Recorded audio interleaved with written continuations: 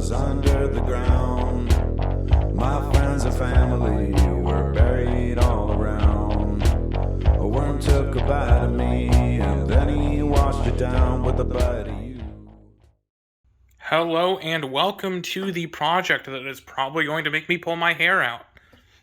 For the holidays this year, I decided to make my wife a Fringe jacket. However, this is not going to be just any Fringe jacket. It is going to be a worm on the string Fringe jacket. So right here I've got a jean jacket from Walmart. I've got some zippers to fidget with, Velcro, so I'm actually going to be Velcroing the worms on the string on so you can take them off and wash the jacket, some iron-on letters, some bias tape, some glow-in-the-dark fabric paint, and some fabric glue. And over here we have 128 worms on a string of various colors. Oh boy. So each one of these is in its own individual little plastic packaging. It also has a string and some sort of cardboard thing that I gotta cut off. So I'm probably killing at least like 20 sea turtles with this. In my infinite wisdom, I thought that by buying assorted colors of magic worms, that I would have like an even amount of each, but I'm like already out of red. I've got a ton of orange left, so I guess the pattern's just not going to be consistent. Does anyone else think this looks like the vacuum cleaner from Teletubbies, or am I losing my mind? I mean, I'm probably losing my mind anyway, but yeah. Tell me the name of God, you piece of shit.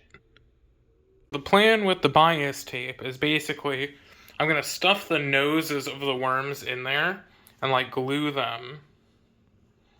And then I will sew them into the bias tape. And I'll sew the bias tape onto like the hook side of this Velcro here.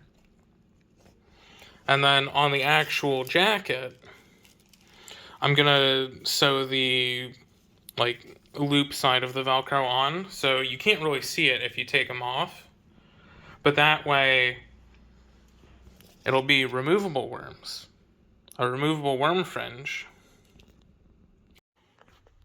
Major disclaimer, this is not an instructional video because I have no clue what the fuck I am doing. We're just kind of winging it. Now that I have everything laid out, I am going to squish these until they're each 6 1/3 inches wide, because I have 3 segments of 19 inches, the back and the 2 sleeves. So 6 1/3 for each of these 9 sets of worm on a strings will get me to full coverage on the fringe. So here's what the gluing process looks like. I have my bias tape open here. I have pinned where the measurement starts and where the measurement ends. This is on a slant because it is for the sleeve, and need to cut a slant in for the top where it meets the back. So I have the pattern here repeating 3 times. So I segmented the bias tape from start in 3 equal sections with some chalk, and I'm going to open up the top of the bias tape and put, for 10 worms, 10 equidistant dots of glue. Glue them each down and pull this top part of the bias tape over, and then this gets folded over and sewn, and then attached to the Velcro. Here's the process of attaching the worms to the bias tape and getting them on the Velcro and onto the jacket.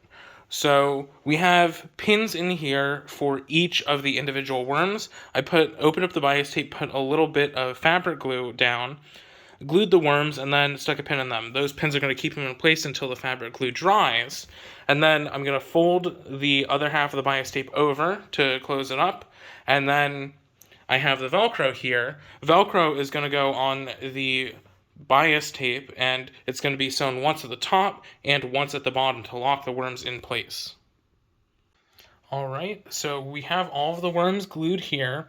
We have the bias tape pinned here to the Velcro. What we're going to do is run one stitch along, like, the lower third of their little snouts, just to hold them in place so they don't get jostled. And then we'll fold the bias tape over and stitch the bias tape on the top and the bottom, and that'll be one complete segment with the Velcro on the back, ready to go onto the jacket. The bias tape here in the front, you can see the stitch on the top and the stitch on the bottom, and it is sewn directly onto the hook side of the Velcro. And the loop side of the Velcro is sewn onto the jacket so that these are removable. At the end over here is a cut piece that lines up with the seam on the jacket, and it is completely done with a zigzag stitch over to seal it up on this side. Right now we've got some iron-on tape, and we're just putting that underneath the Velcro that we're putting on the back here, so that when we go to actually sew onto the seam, it is going to be anchored, and we can just go right through with the sewing machine. When you go to sew the Velcro onto the sleeve, if your machine has a removable storage compartment, it is best to take it off, because you're gonna want to really try and thread the sleeve on and get it around this bottom part of the sewing machine. And if you're lucky, you're going to be able to do the entire sleeve, the Velcro, with the sewing machine and not have to hand stitch any of it. So as you can see with this machine, the sleeve fits all the way down, and we were able to completely sew the Velcro on with the machine. I got these iron-on letters when I was at Joann's because I thought it would be good to put something above the fringe. My wife wanted Be Gay, Do Crime, so that's what we're going with, and we're going to paint it with this glow-in-the-dark fabric paint.